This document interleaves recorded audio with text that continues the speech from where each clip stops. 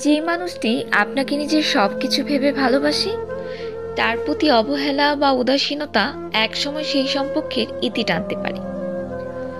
ভালোবাসা কখনো একতরফা থাকতে পারে না। এটি যত্ন, শ্রদ্ধা এবং পারস্পরিক অনুভূতির উপর দাঁড়িয়ে থাকে।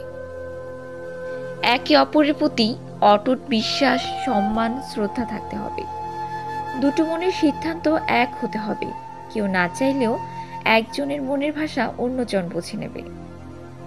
জীবনে যত কঠিন পরিস্থিতি এবং যত সমস্যায় আসুক, সকল পরিস্থিতি মোকাবেলা করে একে অপরের পাশে মৃত্যুর আগ পর্যন্ত থাকবে।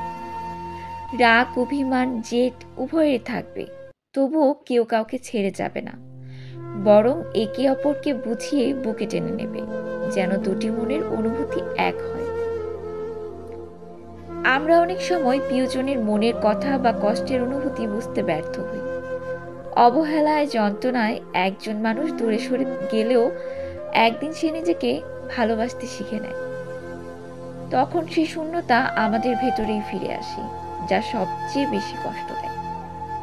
সম্পর্ক টিকিয়ে রাখতে এবং মানুষের হৃদয়ে ধরে রাখতে যত্ন, শ্রদ্ধা, ভালোবাসার ব্যালেন্স রাখা অত্যন্ত জরুরি। অবহেলা করতে করতে এমন পর্যায়ে পৌঁছাবেন না যেখানে আপনার চোখে সামান্য প্রিয় মানুষটিকে হারিয়ে যেতে দেখেও আপনি কিছু করতে পারবেন না।